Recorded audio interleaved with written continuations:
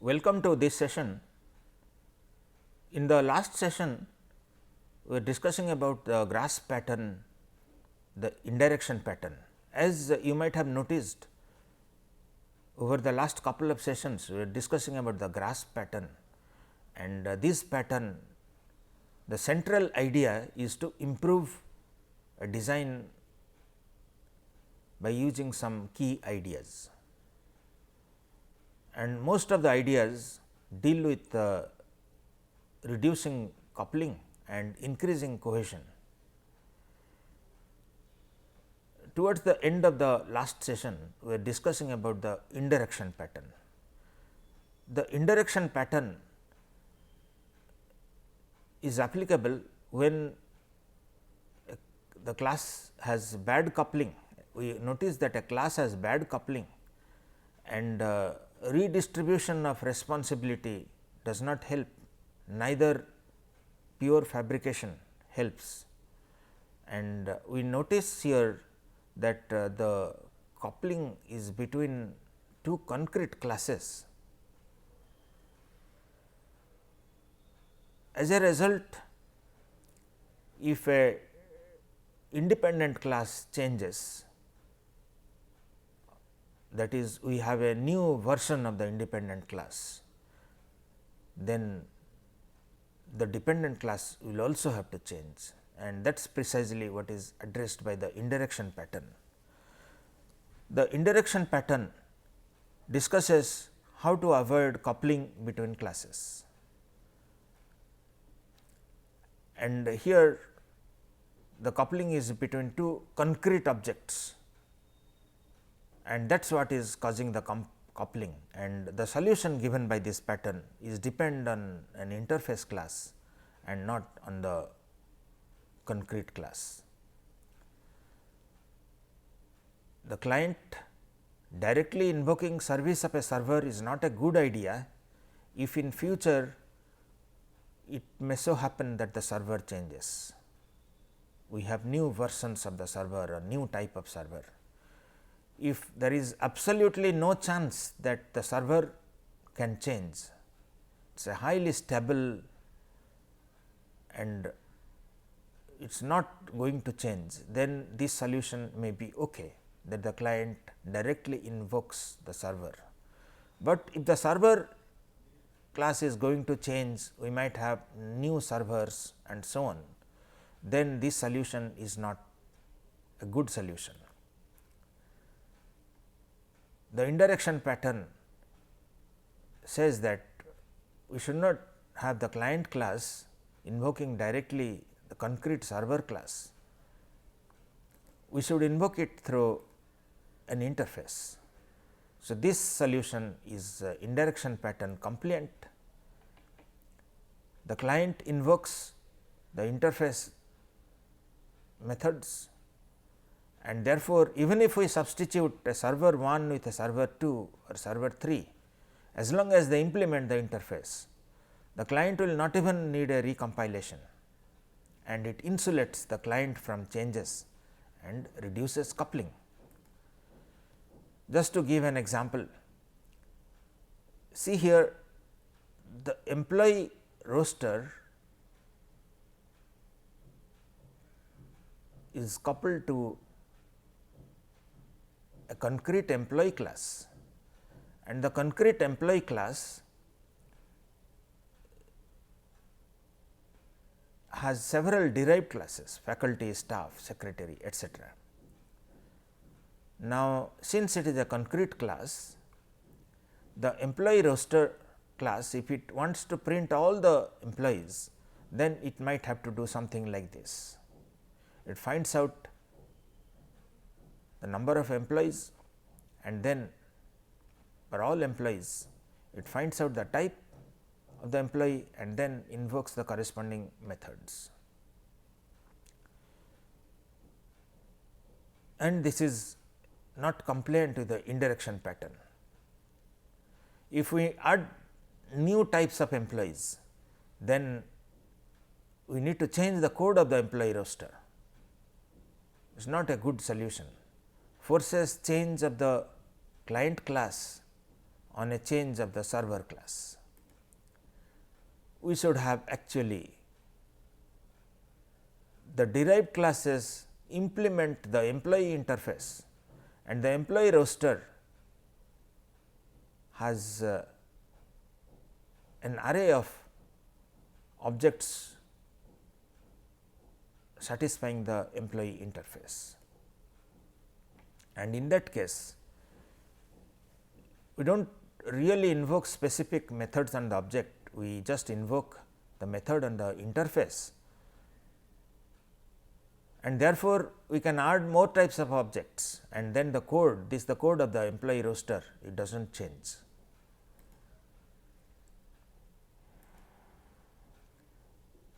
The indirection pattern leads to low coupling and also improves reusability because of the low coupling. Now, let us look at the law of Demeter pattern.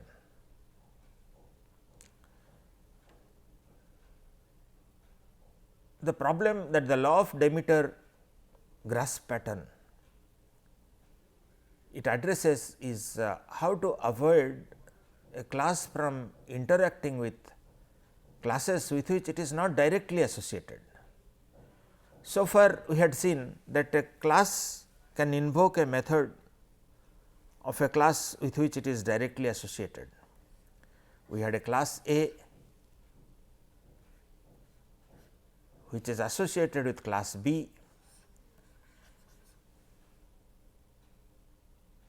and then class A stores a reference to class B, and therefore, class A can invoke a method on the B object of B class. But what if we have a C class here which is also associated to B, but not directly associated to C? Many times we write the program where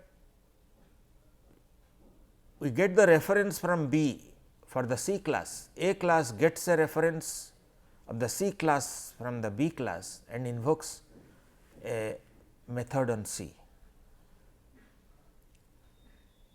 Here it violates the principle that classes which are closely related or which are associated should invoke methods on each other. Here a class which is not directly associated to another class is invoking the method on C class by getting its ID indirectly, and this is what is the violation of the law of Demeter pattern. Let us see the solution it offers.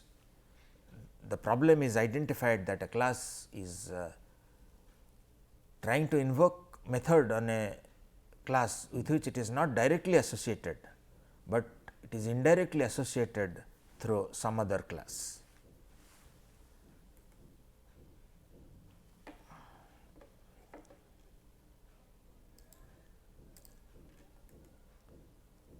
This is an example here.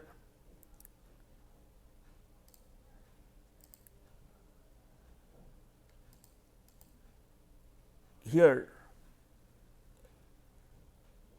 the bill class has many items, it is aggregation of many items which have been purchased. The bill class is an aggregation of many items, and item is associated with specific item specification. The item specification has method like find price, and the item class has method like get item specification and how many items purchased and so on. Now, the bill class has the responsibility to compute the total.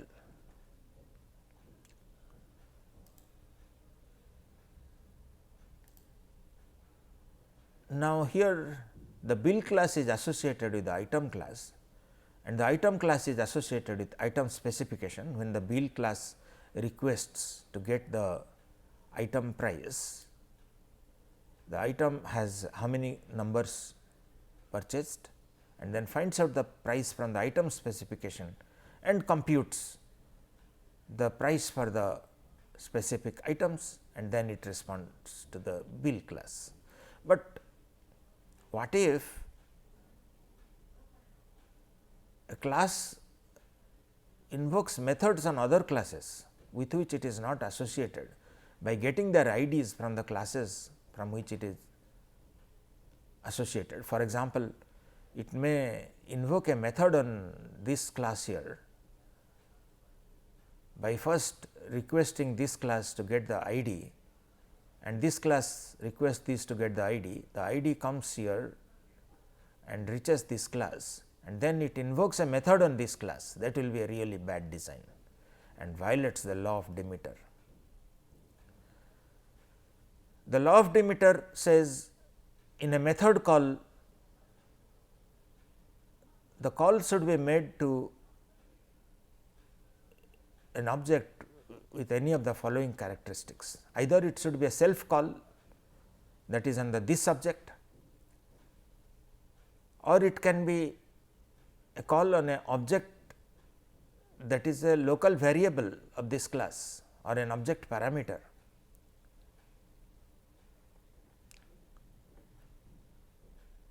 It is a parameter passed to the method, then it should invoke the method on the object that is passed as a parameter to the method, or it can invoke a method of an attribute of the class. An object may be an attribute of a class, or maybe an object created within the method, and so on. So, these are the cases where the class is directly associated with another class, and we are invoking a method on the associated class, and this is all right, is compliant with the law of Demeter pattern. But let us look at this hypothetical example, that we have this class A, where we have this object reference B, an instance of B, and then in a method B, the method M, we are calling this dot B dot C dot foo. That means, the B has the C object visible, and we are getting B dot C dot foo. Foo is the method of the C class, and we are invoking in the A class a method of the C class by calling this dot B dot C dot foo.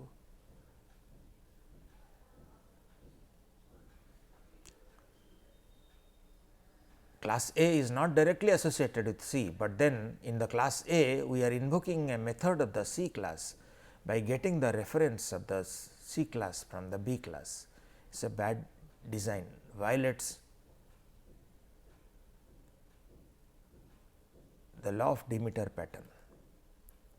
Now, same is here, if in this bill and item spec, if we have this call in the bill class, that item dot get item spec, it gets the item spec from the bill class, that is the ID of the item spec class is obtained by the bill class by this, and then it calls the find price on the item spec reference. So, it gets the reference of item spec through the item by calling the get item spec, and that invokes the find price. It is not a good idea, violates the law of Demeter. We should have redistributed the responsibilities.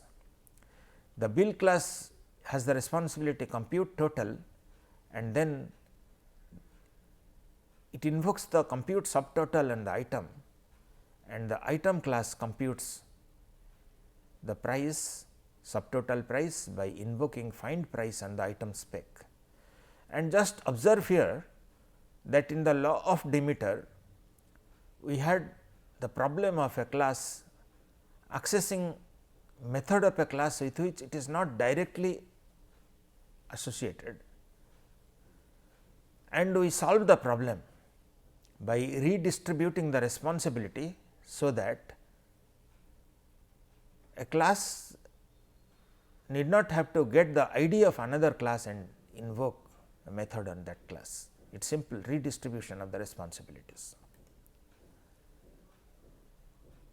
The law of Demeter programming style, we should avoid using customer.getWallet.getCash. We should rather redistribute the responsibility and have customer.getPayment, and in the customer.getPayment we use the wallet.getCash. It reduces coupling, easier analysis, number of statement may be increased little bit, but then simplifies, improves maintainability.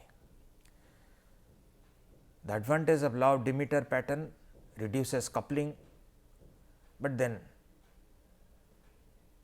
if we want to see the negative side of this pattern is maybe number of statements increases and so on. But then we have to abide by this pattern to get a good design which is maintainable and understandable. In the words of Grady book, the basic effect of applying the law of Demeter is that we get loosely coupled classes whose implementation secrets are encapsulated. Such classes are fairly unencumbered, meaning that to understand the working of one class, you need not understand the details of many other classes. The last grasp pattern that we are discussing is the polymorphism pattern.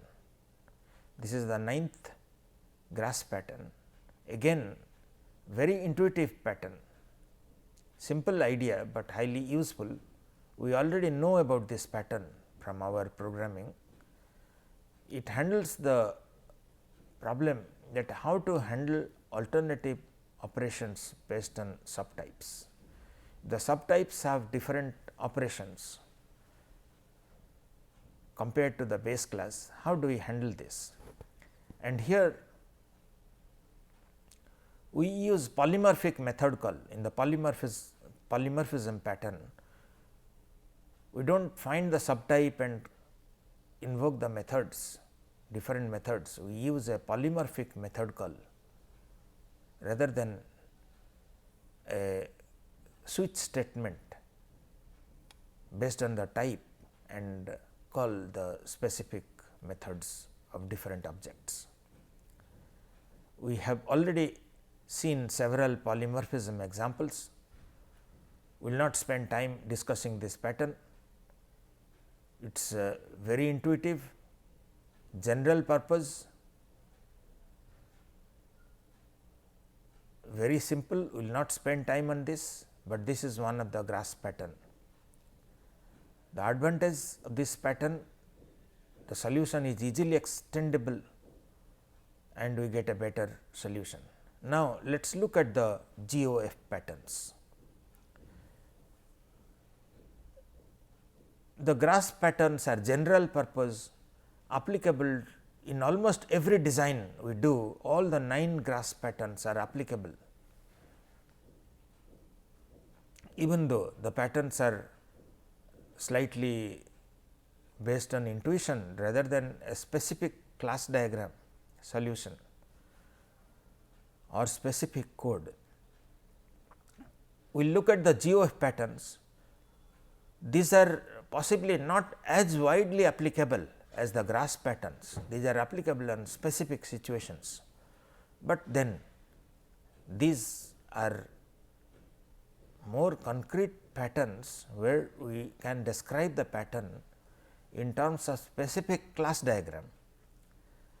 And when we have an opportunity to use this pattern solution, the GoF pattern solution, it will tremendously improve the quality of the design. But then every GoF pattern we may not have opportunity to use in every design that we attempt to solve. First, let us understand what are the problems that the GoF design patterns are trying to solve. We can answer this question by saying that the GoF patterns allow a design to cope up with change.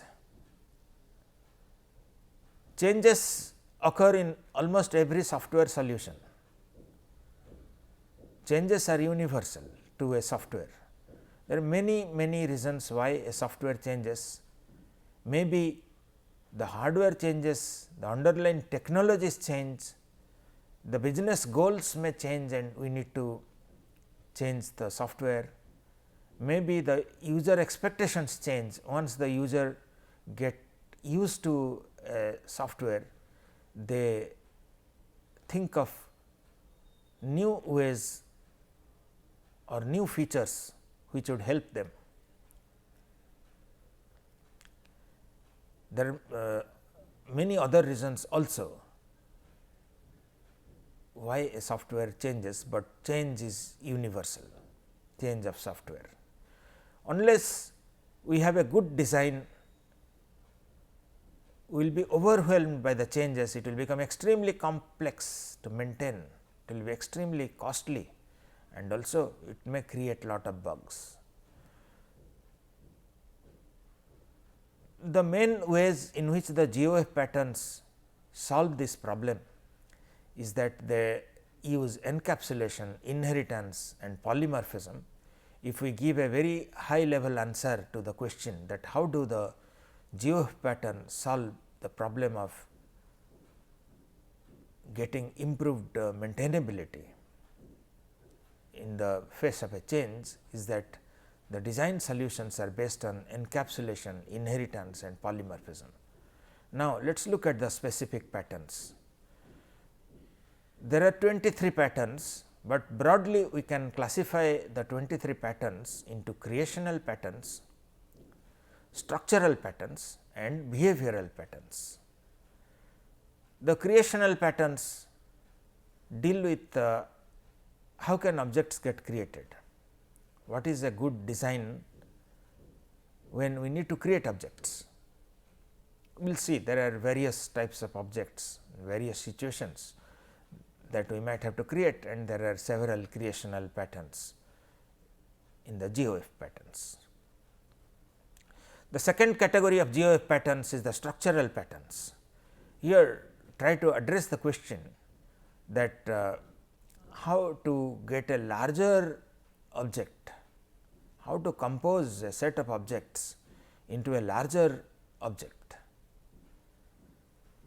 We will see that there are several structural patterns and they provide very elegant solutions in getting these composite objects. The third category, number of patterns exist under the behavioral patterns. Here the question that is addressed is that what is the best way to assign responsibility to classes under specific situations. In the grass patterns we had also seen the patterns were concerned about how the responsibility can be distributed, but those were rather general solution. Here the GoF pattern, GoF behavioral patterns, they address specific problems. We will have a look at that as we discuss over the next couple of sessions.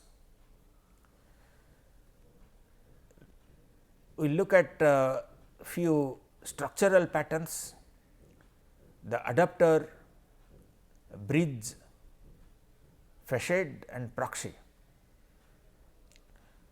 These are the structural patterns we will discuss, and these address the main problem, that is how to reduce the coupling between two classes. And we will see in all of these that we reduce the coupling in these patterns of facade, bridge, adapter, proxy by creating abstract classes which help us to in the future extension, and also we encapsulate complex objects. Those are the key ideas of the structural pattern.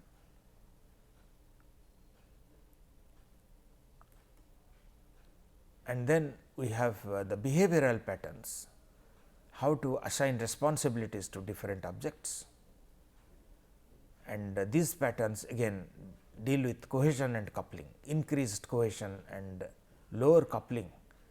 That is what is achieved by the behavioral patterns. And the third category are the creational patterns.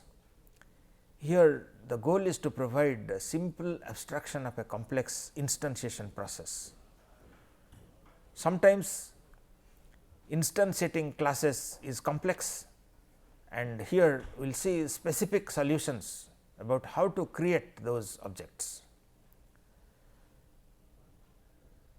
We will make the system independent of the way the objects are created, that is how are the patterns. The factory pattern, the abstract factory, factory method and so on. These are some of the patterns that are creational patterns. The 23 patterns, as we can roughly classify them as structural patterns, behavioral patterns and creational patterns. The structural patterns, how the objects are structured: decorator, bridge, adapter, flyweight, facade, composite and proxy. These are the ones we will examine. The behavioral patterns, the number of them: chain of responsibility, interpreter, observer, iterator, command, template method, state, memento, strategy, visitor and mediator. These are some of the patterns that we will discuss. And creational patterns, the builder pattern, factory method, prototype, singleton and abstract factory. These are the creational patterns we will discuss. We are almost at the end of this session, and in the next session we will start discussing the simplest among these, the facade pattern. We will stop here and continue in the next session. Thank you.